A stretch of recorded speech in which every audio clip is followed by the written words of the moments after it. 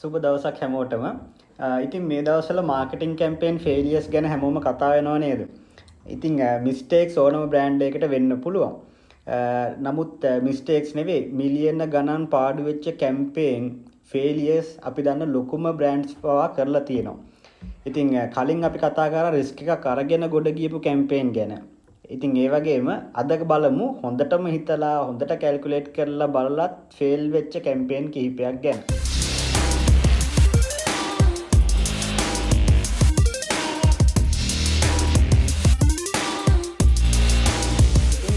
අද අපි ලෝකයේ සිද්ධ වෙච්ච වඩාත්ම දැවැන්ත සහ ඉතාමත්ම මිල අධික බ්‍රෑන්ඩ් ෆේලියර්ස් කීපයක් ගැන තමයි හොයලා බලන්නේ. මේවා නිකන් අවවාදාත්මක කතා විතරක් නෙවෙයි. ව්‍යාපාරයක් එහෙම නැත්නම් පර්සනල් බ්‍රෑන්ඩ් නේම් එකක් ගොඩනගන ඕනම කෙනෙක්ට මේවා වටින පාඩම් විදියට ගන්න පුළුවන්.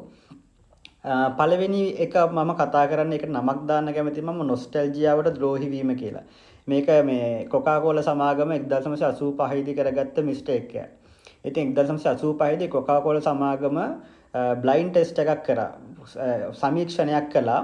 මේකෙන් පෙන්눔 කළා මේ මිනිස්සු පෙප්සි වල පැණි රසයට වැඩි කැමැත්තක් දක්වනවා කියලා. ඒ නිසා කෝක් ඒගොල්ලන්ගේ අර අවුරුදු 99ක් පැරණි සම්භාව්‍ය වට්ටෝරුව ඒ රෙසිපි එක වෙනස් කරලා නිව් කෝක් කියලා වෙළඳපොළට නිකුත් කරා. ඉතින් මේගොල්ලෝ කරගත්ත වැරද්ද මොකද්ද? කෝක් සමාගම රසය කියන දේ මෙෂර් කරලා බැලුවා. නමුත් හැඟීම් කියන දේ නොසලකා හැරියා. මොකද කස්ටමර්ස්ලා මේ කෝක් කියන එක පානය කරේ නිකම්ම මේ සෝඩා එකක් බොනවයි කියලා විතරක් නෙවෙයි. ඒගොල්ලෝ අර ඇමරිකානු අනන්‍යතාවයේ කොටසක් ඒකේ තියෙන මතකයක් ඒ ෆීලිං එකක් විදිහට තමයි මේක පානය කරේ.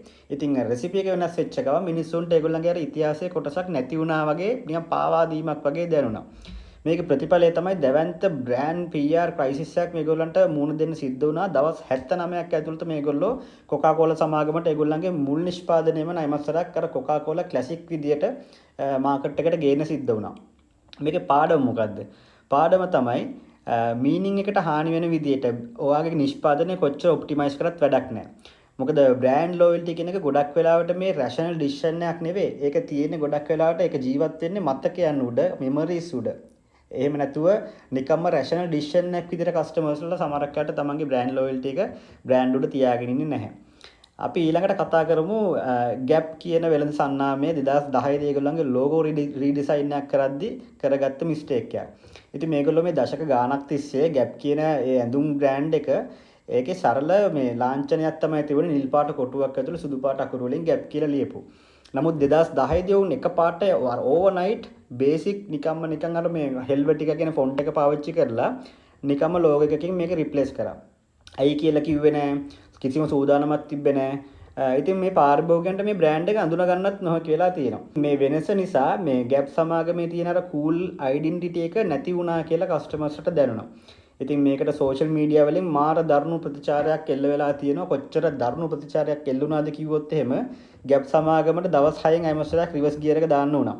ඉතින් දවස් 6 මේ වෙනස් කිරීම ආපසු මේ වෙනස් කිරීම ආපහු හැරෙවුවා විතරක් නෙවෙයි.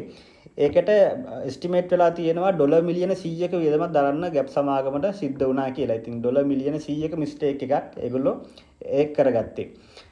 මේකෙන් ගන්න පුළුවන් පාඩම තමයි බ්‍රෑන්ඩ් එකක් අලුත් කරන්න ඕන නම් ඔයාලට මේක රීබ්‍රෑන්ඩ් කරලා විතරක් හරියන්නේ නැහැ. ඔයා මුලින්ම හොයන්න ඕනේ මූලික සත්‍යය මොකද්ද බ්‍රෑන්ඩ් එකේ කියලා. ඒ කියන්නේ ගැප් සමාගමට නම් කූල් අයිඩෙන්ටිටි එක.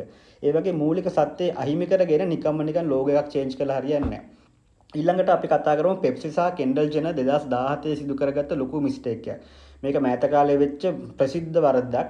2017 දී පෙප්සි සමාගමේ මොඩල් කෙනෙක් වෙන කෙන්ඩල් ජෙනර් ගිහිල්ලා පොලිස් නිලධාරියෙක්ට පෙප්සි එකක් දීලා අර සෝෂල් මූවමන්ට් එකක් ප්‍රොටෙස්ට් එකක් අවසන් කරන කමර්ෂල් එකක් නිකුත් කරා. මේක ලොකු වැරද්දක් ඒගොල්ලෝ සිද්ධ කරගත්තා. ඒක තමයි සම්පූර්ණයෙන්ම සමාජය ගැන කිසිම සංවේදීකමක් නැතුව සෝඩා කෑන් එකකින් පුළුවන් ද ගැඹුරු සමාජ ගැටුමක් විසඳන්න වගේ දෙයක් ඒගොල්ලෝ යෝජනා කරා වගේ මේ ඇඩ් එක මිනිසුන්ට තේරුණා. මේ වෙළඳ දැන්වීමට බරපතල විරෝධතා ආවා සහ ලෝකයේ තියෙන සමාජ වාර්ගික ගැටලු විසඳන්න මේ බ්‍රෑන්ඩ් එකකට පුළුවන් ද මේ පෙප්සි කෑන් එකකට පුළුවන් ද කියලා මිනිස්සු ගොඩාක් කතා කරන්න පටන් ගත්තා. මේක පැය 24 මේගොල්ලෝ කැම්පේන් එක රිවර්ස් කරා කැම්පේන් එක අයින් කරා. නමුත් සමාජය ගැන දැනුවත් මිනිස්සු අතර බ්‍රෑන්ඩ් එකේ කීර්ති නාමයට සෑහෙන ලොකු ඩැමේජ් එකක් සිදු වුණා.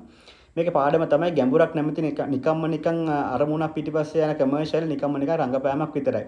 බ්‍රෑන්ඩ් එකකට සමාජ සංවාද වලට එන්න නම් ඒ බ්‍රෑන්ඩ් එක ඒකේ අයිති කරගන්න ඕනේ. එහෙම නැතුව නිකන් ට්‍රෙන්ඩ් එකක් හයිජැක් කරන්න බ්‍රෑන්ඩ් එකකට බෑ නිකන් කමර්ෂියල් එකක් දාලා විතරයි. ඊළඟට අපි කතා කරමු ට්‍රොපිකානා අර ඔරෙන්ජ් ජූස් එක. මේකේ පැකේජින් කරන්න යද්දි මේගොල්ලෝ කරගත්ත මිස්ටේක් එකක්. මේක උනේ 2009 දී. ග්ලෝබල් ඔරෙන්ජ් ජූස් බ්‍රෑන්ඩ් එකක් වෙන ට්‍රොපිකානා ඒගොල්ලන්ගේ පැකේජින් එක අලුත් විදිහට වෙනස් කරන්න ඕනේ කියලා හිතලා ඒගොල්ලන්ගේ දොඩම් ගෙඩියක තියෙන අර අයිකොනික් රූපේ අයින් කරලා ඒ වෙනුවට නිකන් අර ක්ලීන් ඩිසයින් එකක් ගෙනාවා සරල ඩිසයින් එකක් මිනිමලිස්ටික් ඩිසයින් එකක් මේක පාරිභෝගිකයන්ට අඩුම ගානේ මේක රාක්කේ තියලා හොයාගන්නවක්වත් බැන්න මේ ප්‍රොඩක්ට් එක. අර ට්‍රොපිකානා කියලා මිනිස්සුන්ට සිග්නල් කරපු විෂුවල් ඇන්කර්ස් දොඩම් ගෙඩිය මේව නැති වෙලා නිසා පාරිභෝගිකයන්ට එකපාරට මේ මොකද්ද කියලා හොයාගන්න බැරි වුණා. මාස දෙකකින් අලවියේ 120කින් පහළට වැටුණා. 120ක් කියන්නේ ඇමරිකන් ඩොලර් මිලියන 30ක විතර අලාභයක් මේගොල්ලන්ට මේකෙන් සිද්ධ වුණා. ඒ වගේම ඉක්මනින්ම අයිමසරක ඒගොල්ලන්ගේ ක්ලාසික් ඩිසයින් එකට ඒගොල්ලන්ට රිවර්ස් ගියර් එක දාගන්න සිද්ධ වුණා. පාඩම තමයි මේකෙන් ගන්න තියෙන්නේ. ඩිසයින් එකක් කියන්නේ නිකම් මේ ලස්සන විතරක් නෙවෙයි. ඒක මෙමරීස්, අර විෂුවල් ක්ලූස් සහ ට්‍රස්ට් එක මේ කිසිම දෙයක් නැතුව නිකන් ලස්සන ඩිසයින් එකක් විතරක් දැම්මා කියලා කැම්පේන් එකක් සක්සස් වෙන්නේ නැහැ. ඉතින් මේ හැම කතාවෙම කියන්නේ මොකද්ද? මේ හැම කතාවක්ම අපිට උගන්වන්නේ එකම එක ෆැක්ට් එකක්. එකම එක සත්‍යයක් තමයි උගන්වන්නේ. බ්‍රෑන්ඩ්ස් පොඩි මිස්ටේක් කළා කියලා ෆේල් වෙන්නේ නැහැ. හැබැයි බ්‍රෑන්ඩ්ස් ෆේල් වෙනවා ඒගොල්ලන්ගේ අනන්‍යතාවය අමතක වුණාට පස්සේ. ඒ බ්‍රෑන්ඩ් ඩයිඩෙන්ටිටි එක අමතක කරගත්තොත් බ්‍රෑන්ඩ්ස් ෆේල් වෙනවා. ඉතින් අනන්‍යතාවය කියන්නේ නැත්නම් ඩයිඩෙන්ටිටි එක ස්ටැබිලිටි එක ඒ වගේම මේ පාරිභෝගිකයෙක් තියෙන ඉමෝෂනල් කනෙක්ෂන් කියන දේවල් වලට ගරු කරලා තමයි බ්‍රෑන්ඩ් හැමතිස්සෙම කල්පනා කරන්න ඕනේ තමන්ගේ කැම්පේන්ස් එළියට දාද්දී. මේවා තමයි සදාකල් පවතින බ්‍රෑන්ඩ් එකක තියෙන නැංගුරම්. එහෙම නැත්නම් අපි කියන හොඳ බ්‍රෑන්ඩ් ඇන්කර්ස් කියලා අපි කතා කරන්නේ මේ වගේ දේවල් වලට. ඉතින් අද කතා කරන්න ඕන උනේ මේ දවස්වල හැමෝම කතා වෙන නිසා මොනවද මේ ලෝකේ පුරාම වෙච්ච ලොකු බ්‍රෑන්ඩ් ෆේලියර්ස් ගැන. ඉතින් මම හිතන්නේ අද ඔයගොල්ලෝ දෙයක් ඉගෙන ගත්තා කියලා. ඉතින් ගිහලා එන්න ජය වේවා.